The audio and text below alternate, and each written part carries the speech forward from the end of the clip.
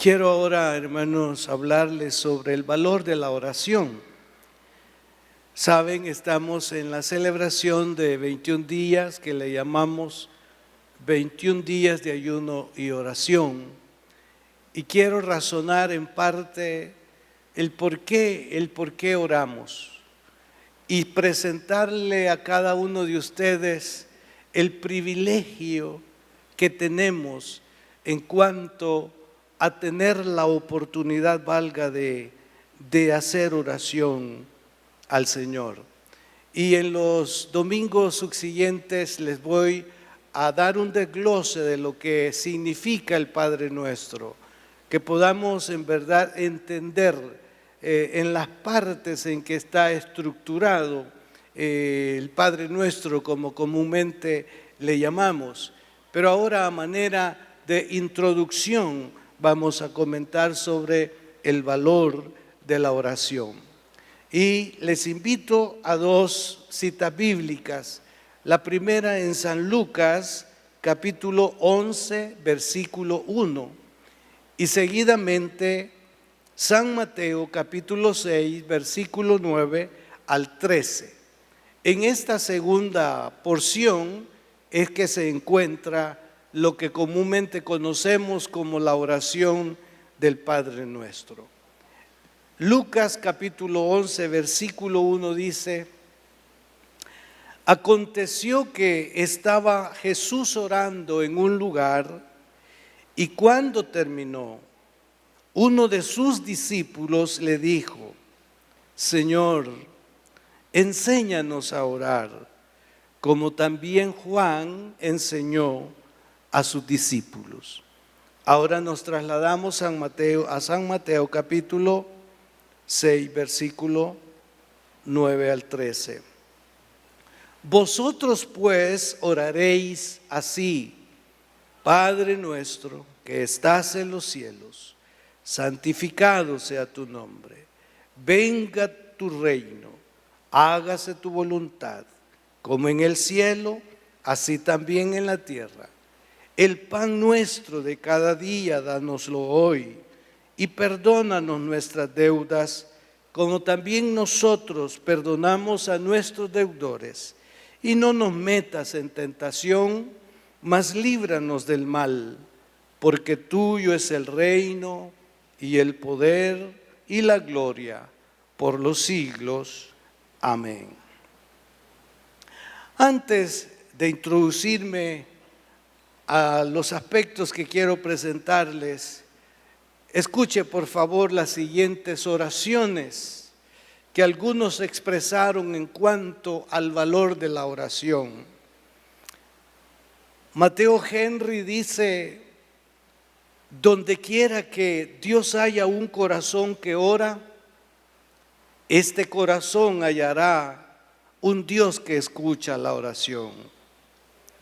Y Patrick Johnston dice: sin oración, el plan de Dios para el mundo no se puede lograr. Alguien más dijo: cuando el hombre ora, él obra, pero cuando el hombre ora, Dios obra. También felices los que hablan con Dios, porque sabrán entender a los hombres.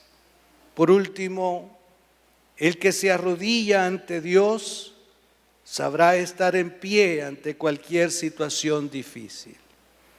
Y podríamos enumerar a algunos otros que desarrollaron en verdad un hábito sobre la oración. Pero en la palabra de Dios hay lo que se han denominado oraciones clásicas. Y hago un paréntesis: si no desarrollo las notas propiamente que tengo, porque sentado allí he sentido la necesidad de ampliarme en lo que las oraciones clásicas que acabo de mencionarle les pueda narrar y comentar un poquito. La oración de Esdras, hermanos, capítulo 9, esta es una de las oraciones que se llaman, como dije ya, clásicas. tiene que ver con un momento nacional. Tiene que ver con un reconocimiento de cómo es que la nación se alejó de Dios y cómo que Dios les dio la espalda de tal manera que ellos hicieran lo que quisieran hacer, pero que no estuvieran responsabilizándolo a Él de lo que les ocurría porque lo habían dejado. Esdras capítulo 9, en parte la oración. Acabadas estas cosas, los príncipes vinieron a mí diciendo: el pueblo de Israel y los sacerdotes y levitas no se han separado de los pueblos de las tierras, de los cananeos, heteos, fereceos, jebuseos, amonitas, moabitas, egipcios y amorreos, y hacen conforme a sus abominaciones. Versículo 3, cuando oí esto, rasgué mi vestido y mi manto, y arranqué pelo de mi cabeza y de mi barba, y me senté angustiado en extremo. Versículo 6, y dije: Dios mío, confuso y avergonzado estoy para levantar, oh Dios mío, mi rostro a ti, porque nuestras iniquidades se han multiplicado sobre nuestra cabeza y nuestros delitos han crecido hasta el cielo. Él escuchó cómo la conducta del pueblo había cambiado, se habían apartado de los dichos de Dios, de los mandamientos mismos que Él había establecido, los cuales al obedecerlos ellos gozarían de bienestar. Sin embargo, actuaron conforme a su voluntad, ignoraron a Dios, dejaron las disciplinas espirituales a un lado y como consecuencia ellos tuvieron que padecer una serie de situaciones o de vicisitudes. Pero casi de manera paralela, Nehemías capítulo 1 nos habla de que este hombre está ocupando un lugar de prestigio en el gobierno, pero su mirada siempre estuvo al oriente, donde está ubicado Israel y particularmente la ciudad de Jerusalén. Y él desde la casa real está viendo hacia ese espacio, añorando, pensando qué le había ocurrido o le estaba ocurriendo a su gente y si todavía los estragos de la invasión se podían palpar, porque las ciudades fueron destruidas, el templo fue destruido y él en su alma tiene un pesar profundo por todo y él quiere saber lo que está ocurriendo. Le visitó un pariente y le pregunta: ¿cómo está mi gente? ¿Ya empezaron a reedificar? ¿Se están llevando bien entre ustedes los hermanos, las familias? Ustedes no pueden o tú no puedes imaginarte cuánto sufrimiento me causa. Ciertamente a mí no me falta nada, yo estoy bien aquí, pero sufro por ustedes. Y Ananí vino y le dice: todavía no se están edificando las casas, los muros están por el suelo, la gente duda de uno de otro, desconfiamos entre nosotros, no tenemos ánimo de trabajar, no tenemos ánimos para nada. Es verdaderamente oscuro lo que nos está ocurriendo. Y cuando él oyó eso, la Biblia dice que él rasgó sus vestiduras, se sintió mal. Versículo 4 dice: cuando oí estas palabras me senté y lloré y hice duelo por algunos días y ayuné y oré delante de Dios de los cielos y dije: te ruego, Jehová, Dios de los cielos, fuerte, grande y temible, que guardas el pacto y la misericordia a los que te aman o a los que le aman y guardan tus mandamientos. Esté ahora atento tu oído y abierto tus ojos para oír la oración de tu siervo, que hago ahora delante de ti, de noche por los hijos de Israel, tus siervos. Y confieso los pecados de los hijos de Israel que hemos cometido contra ti. Sí, yo y la casa de mi padre hemos pecado. Hace unos días, un periódico de Estados Unidos denominó a la ciudad de San Salvador la ciudad capital del mundo de los asesinatos y de los homicidios.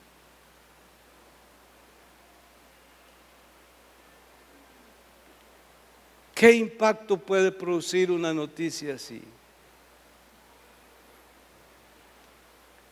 ¿Qué se está sugiriendo ante el mundo?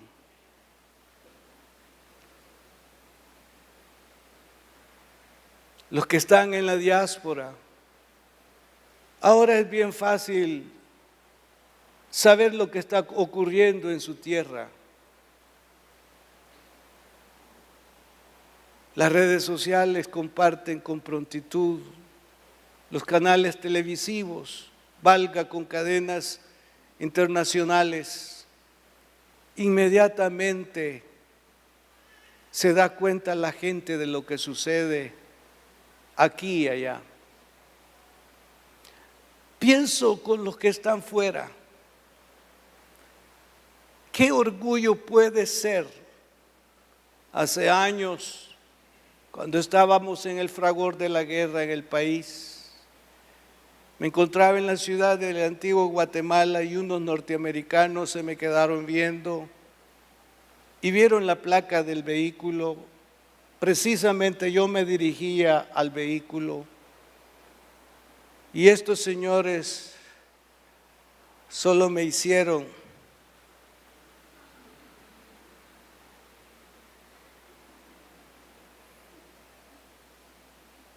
me asoció con la guerra,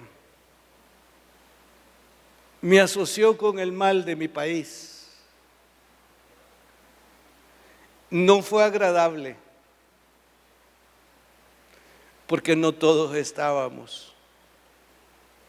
Sí nos quieren hacer sentir a la vuelta de los años que El Salvador estuvo. Pregúntele a los que vivimos en ese tiempo si eso era lo que estábamos deseando y en eso estábamos participando. Las grandes mayorías le íbamos a decir que no, que esa era idea de unos pocos. Pero sí quisieron mostrarlo como que era la nación. Y hoy, en una situación como esta, nos hacen sentir que vivir en San Salvador, llegar a San Salvador, es como para declararse muerto ya de una vez. ¿Qué significa eso a esta hora, apreciado hermano? Para los nuestros fuera, viene a ser como un oprobio. Ya no es el salvadoreño admirado por la mano laboriosa, el deseado que llegara para ir a trabajar, viniendo a traer grupos para levantar un palacio en Arabia, buscando la mano de obra del salvadoreño. Ahora nos temen, ahora piensan que somos delincuentes, ahora piensan de que vivimos sin aprecio a la vida. Eso es lo que Nehemías escuchó, eso es lo que los que están en la diáspora escuchan y eso es el calificativo para nosotros. ¿Qué hizo entonces Nehemías? Nehemías se levantó y empezó a clamar al Dios de sus padres y hizo algo que cuesta hacer, pero es importante hacerlo: confesar nuestros pecados. Él dijo: oh Dios, yo he pecado y mis padres han pecado, perdónanos. En verdad, si comenzamos por la iglesia salvadoreña a hacer un auténtico alto y a doblar rodillas y a aceptar que hemos pecado y que nuestros padres también pecaron, la historia puede cambiar.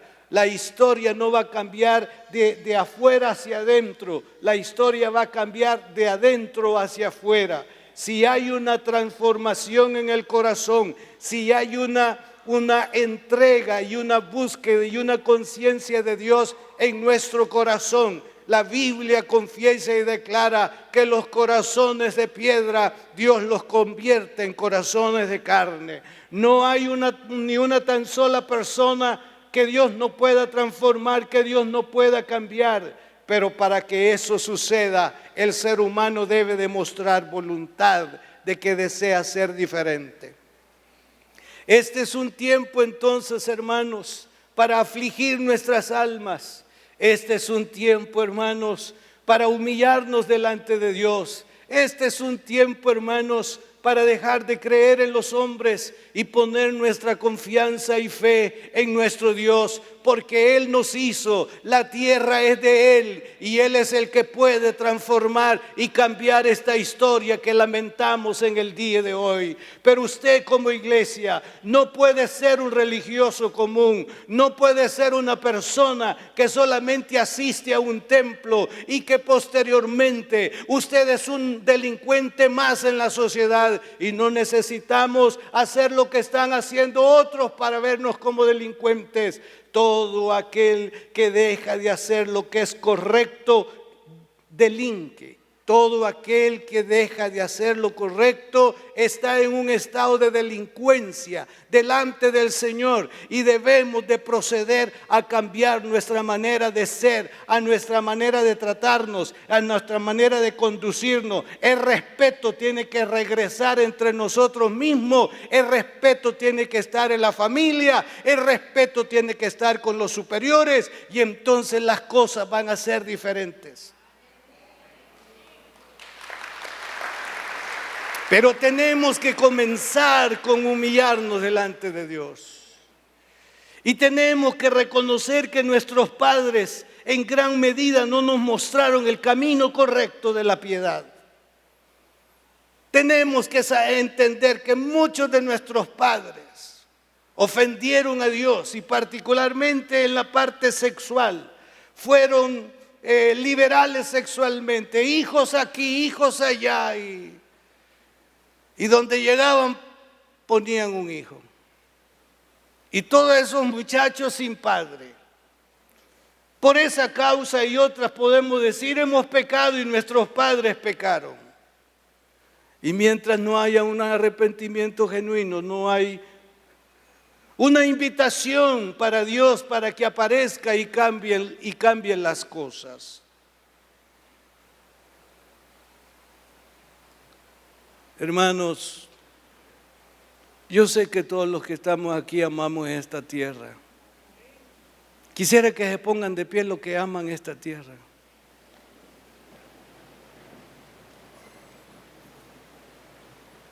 Sí, esta es nuestra tierra. Levante sus manos y diga: Dios, esta es mi tierra. Esta es mi tierra. Esta es la que me vio nacer. Esta es la que me ha dado la oportunidad de ser. Esta es la que me ha dado la oportunidad de hacer.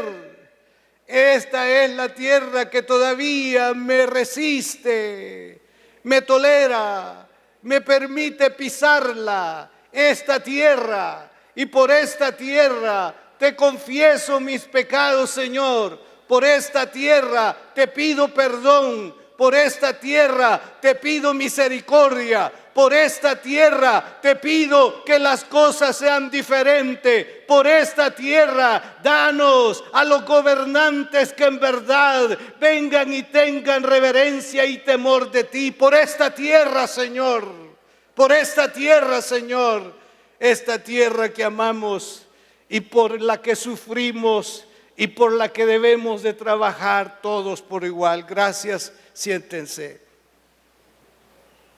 ¿Cómo están las cosas en El Salvador? Nos preguntaban cuando salíamos del país. Yo fui uno de los que establecí una diferencia. Llegaban otros y decían, allá las cosas no están bien, allá aquí, y tenían razón. El único que mentía era yo, porque yo no decía lo mismo. Yo decía, sí, hay problemas, hay incomprensión, pero hay una voluntad en el pueblo de querer trabajar. Algunos de ustedes, bueno, los viejos pues, saben cuando anunciaron un paro nacional, y ese paro nacional era el que iba a determinar si en verdad la nación estaba de acuerdo en lo que estaba pasando o no. Yo estaba fuera, estaba en Ecuador. Cuando pasé al aeropuerto Santa María de San José, leo la noticia: fracasó el paro, no hubo paro, la gente salió a trabajar. ¿Cómo se las ingenió? Era para sorprenderse. Y estaban conversando un sandinista con un costarricense. El costarricense le pregunta: ¿cómo está Nicaragua? Él responde: como nunca. Ahora lo que por mucho tiempo no se hacía, ahora lo hacemos. Sacamos nuestra silla mecedora y nos sentamos en la acera muy felices. En los días de fulano de tal eso era muy difícil. Estamos dichosos con la revolución. Y yo escuchando. Pero algo que me impactó fue cuando dijo el sandinista: ahora vamos con El Salvador. Y dije en mi corazón: en El Salvador eso no va a suceder. El llamado fracasó. Eso era determinante. Y aunque todos ustedes saben por dónde hemos pasado, pero el país en medio de todo tomó aire. Y lamento que los políticos del día de hoy, en vez de estar enviando mensaje dentro de esos acuerdos que tomaron, llamado los acuerdos de paz, que a esta hora estuvieran ya diciéndole a la ciudadanía: el ayer ya pasó, hay cosas que vamos a cambiar y vamos a corregir, pero ya no se puede estar diciendo son los 20 de fulano, son los 10 de mengano y son los 5 del que viene. No, es un tiempo en que nos deberían de llevar como llevaron a la nueva Policía Nacional que se crió. Yo soy de los que abracé, sin saber esas cosas, lo ocurrido. Ahí iba a estar un guerrillero, ahí iba a estar un soldado, ahí iba a estar un guardia, ahí iba a estar un PH, ahí iba a estar un PN, ahí iba a estar uno de la sociedad civil. Ahí iban a converger todos. Y así fue. El nacer de ese organismo en el país era un mensaje de hermandad y de reconciliación. Y aunque tenían que hacer ajustes, y creo que todavía lo están haciendo, yo creo, hermanos, que ese fue el mejor mensaje que se enviaba, de que entrábamos a un tiempo diferente. Pero aquellos en aquel momento no lo estimaron, los del presente no lo han estimado. Y si no abrimos los ojos nosotros mismos, los cristianos, también dejaremos nuestra fe y estaremos esperanzados a cosas imposibles, porque no es posible fuera de Dios las cosas fuera de Dios es imposible. Y una de las oraciones que la iglesia debe de tener, y sé que humanamente es difícil, pero por lo menos hay que hacerlo: no más santería en El Salvador, no más propugnar por deificar a personas, por buenos ciudadanos que estos hayan sido. Un solo Dios hay que adorar, a un solo Dios hay que pedir, a un solo Dios hay que obedecer, y no necesitamos idolatría, más idolatría en el país. La política lo que busca es congraciarse con la religión de los tiempos. Queridos hermanos, a mí en lo personal me impactó. No es primera vez, desde luego, que nos señalan. Y sí, sentí, ¿qué puedo decirle? Envidia, cuando los de Honduras dicen, salimos de ser los primeros, ya no somos los primeros. Y parece que oigo decir, ahora son los vecinos los primeros, los más peligrosos. No sé qué le impacta a usted. ¿Cree que vale la pena orar? ¿Cree que vale la pena cambiar? ¿Hacer las cosas diferentes? Vaya a su trabajo y trabaje el tiempo que tiene que trabajar. Vaya y no se meta en buchinches laborales. Vaya y respete a su jefe. Vaya y cobre un salario pero ganado. Vaya y haga las cosas conforme su fe se lo demanda y se lo exige. La Biblia es clara de cómo debe de ser la vida del cristiano.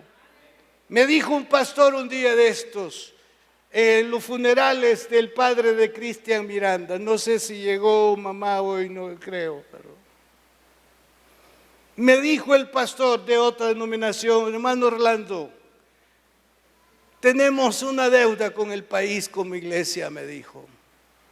Yo le dije, así es, hermano. Pero no todos entendemos que tenemos una deuda con el país. Porque muchos de nosotros vivimos como que si no fuéramos cristianos.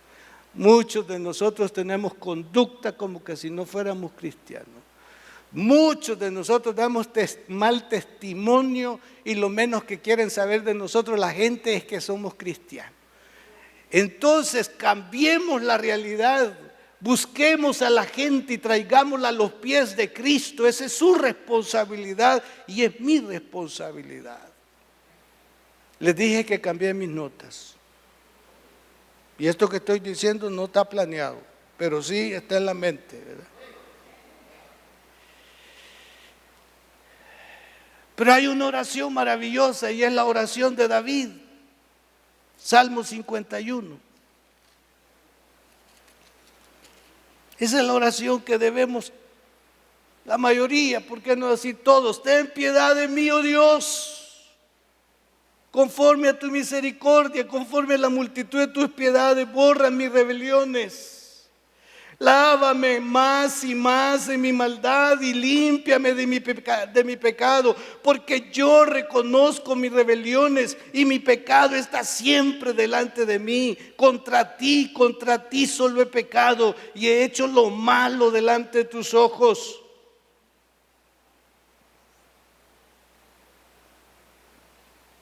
Líbrame de homicidios, oh Dios, Dios de mi salvación, cantará mi lengua tu justicia. Señor, abre mis labios y publicará mi boca tu alabanza. Todos hemos pecado. Y hay que reconocerlo cuando lo hemos hecho o cometido, con la convicción de que Dios perdona los pecados confesados. Le tengo buenas noticias, no hay pecado que el Señor no pueda perdonar. Si le confesamos nuestros pecados, Él es fiel y justo para perdonar nuestros pecados y limpiarnos de toda maldad. Ahora, hermanos, nosotros cuando estamos angustiados, oramos. Y qué bueno, hermanos, que Dios nos permite orar cuando la angustia llega. Y a veces la angustia es un estímulo para orar. Cuando las cosas están muy bien, parece que no necesitamos orar. Y hasta la gente cuando nos ve orando dice, te veo orar que tenés problemas. Porque solo cuando hay problemas es que oramos, según la gente.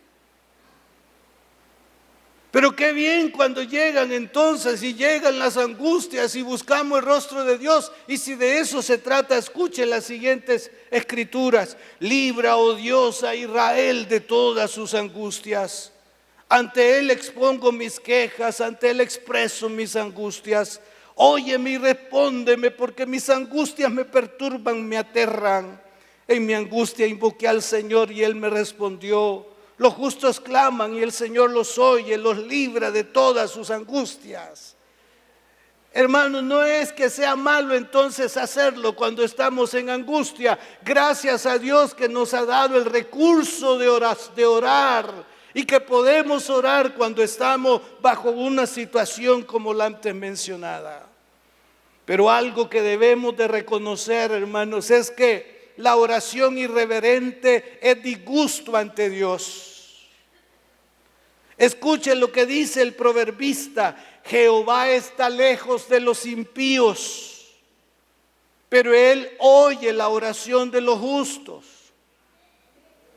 Yo puedo orar por el impío, es válido, Dios va a escuchar mi oración por el impío, pero Dios dice que al impío no le va a escuchar.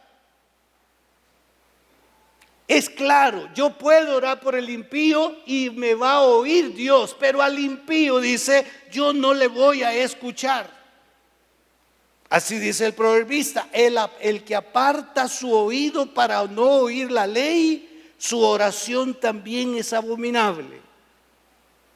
Si alguien no quiere saber nada de Dios ni de la Biblia, pues Dios le dice: ni se atreva a orar, porque esa es una abominación de su parte delante de mí. No es cuestión entonces de recomendar que se haga oración y que la gente viviendo su vida ore. El Señor dice que al impío no le oye, pero a los justos le va a oír. Entonces, si usted y yo estamos en ese concierto, levantémonos a favor de los impíos, a favor de la nación, para que Dios cambie la historia y convierta el corazón de los impíos al camino del Evangelio. La oración es algo que nos invita por lo menos a 4 cosas: a adorar a Dios. La oración es un medio para adorar, es un medio para dar gracias, es un medio para confesar y es un medio para pedir. Es interesante al saber que hemos pasado un año, aquí estamos ya en uno nuevo. Y eso es motivo para decir gracias, Señor, porque algunos de nosotros pensábamos que no íbamos a pasar la línea y ya la pasamos, estamos en el 2016. No sé si usted quiere dar gracias a Dios por eso. Eso significa que Dios todavía tiene planes para nosotros o con nosotros aquí en la tierra. Eso significa que Dios todavía tiene pensamientos buenos y hermosos para nosotros. Eso significa que algo extraordinario Dios va a hacer en su vida y en la mía. Si nos otorga el don de la vida, es porque en Él hay planes maravillosos y debe usted de aferrarse a esos planes, conquistar esos proyectos y decirle: Dios, por algo me estás permitiendo la vida, por algo me estás permitiendo las habilidades y los talentos, por algo me lo estás permitiendo. Si festejamos delante de Dios a los que pasaron a su presencia, porque descansan para siempre en el Señor y ellos no tienen problemas de ninguna naturaleza. Pero sí podemos nosotros también decir gracias, Señor, porque hay planes aquí en la tierra aún con nosotros y para con nosotros. Hay motivos para dar gracias. También la oración es el lugar donde usted puede derramar su corazón delante de Dios. Un momento para decir: aquí estoy todo lo que soy. Señor, aquí estoy en todo lo que represento. Aquí estoy como sacrificio de alabanza delante de ti. Aquí estoy, aquí estoy, aquí estoy. La oración es un medio maravilloso para nosotros y debe, hermanos, de llenarnos de confianza el hecho de que tengamos la oportunidad de orar. Jesús dijo: todo lo que pidiereis al Padre en mi nombre, lo hará. Toda oración tiene que ser en el nombre de Jesús. Toda oración debe celebrarse en el nombre de Jesús. Para que esa oración tenga respuesta, debe de celebrarse en el nombre de Jesús. Por eso ustedes lo hacen y escuchan, y todo te lo hemos pedido en el nombre de Jesús. Porque así está escrito, así está enseñado y así está ordenado. Además, Jesús dijo: si permanecéis en mí y mis palabras permanecen en vosotros, pedid todo lo que queréis y os será hecho. Pero tengo que añadir el de 1 Juan 5:14. Esta es la confianza que tenemos en Él, que si pedimos alguna cosa conforme a su voluntad, Él nos oye. Tome en cuenta, conforme a su voluntad. A veces nos frustramos y nos decepcionamos porque hemos orado tanto y no tenemos respuesta. En parte puede ser porque estamos orando fuera de la voluntad que el Señor tiene para nosotros. Si usted ya sabe que eso que está pidiendo no es de Dios, usted va a pasar mucho tiempo orando y usted ya sabe que eso no es de Dios. Si cambia la actitud y dice: Señor, que se haga tu voluntad, ya le está dando a Él la ocasión de guiarle, de guiarnos por donde es correcto. Entonces tiene que ser conforme a la voluntad de Dios. Si usted le dice: Señor, yo quiero casarme. Ay, pastor, ya va a tocar eso otra vez.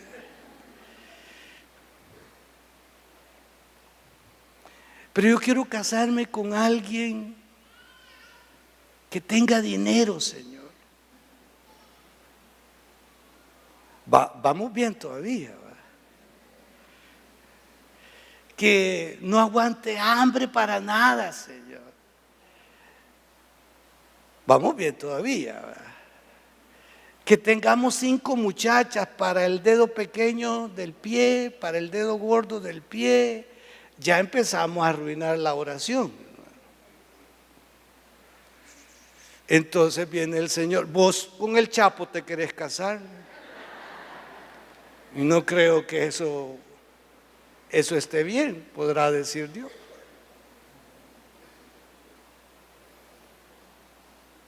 Ay, Señor, yo me quisiera casar con un ladrón. Hermano, por favor, ¿cómo Dios va a estar de acuerdo que se case con un ladrón?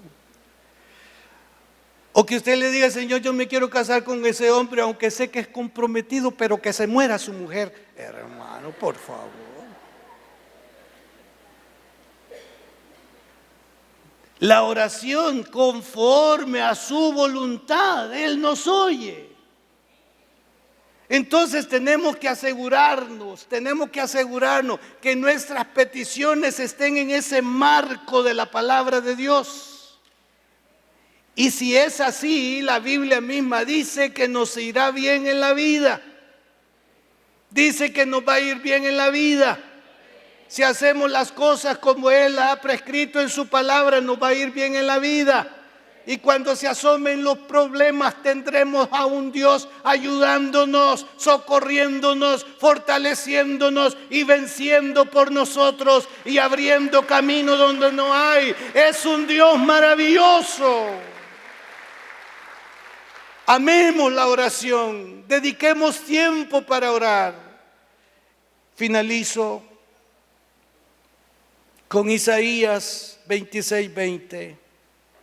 Anda, pueblo mío, entra en tus aposentos, cierra tras ti tus puertas, escóndete un poquito, por un momento, en tanto que pasa la indignación. Dios sabe cómo es que está sucediéndole al pueblo, lo que le está sucediendo al pueblo. El pueblo está sometido a castigo, a disciplina por haberle dejado. Pero Él está viendo su remanente fiel. Viene y les dice: ustedes escóndanse un poquito, vayan y escóndanse un momento mientras pasa la indignación, escóndanse. Eso significa búsqueda, significa comunión y significa protección mientras las cosas están como se están dando en el mundo. Yo sé que es de aventurar decir que El Salvador está siendo castigado por Dios. Alguien podría decir: este pastor, ¿qué está pensando? Si así fuera, entonces nos dice: escóndanse ustedes mientras pase este tiempo. Esconderse significa no actúen como ellos. Esconderse significa temer a Dios. Esconderse significa buscarlo y reverenciarlo. Y Jesús dijo: mas tú cuando ores, entra en tu aposento y cerrada la puerta, ora a tu Padre que está en secreto, y tu Padre que ve en lo secreto te recompensará en público. Y dice San Pablo: orad sin cesar.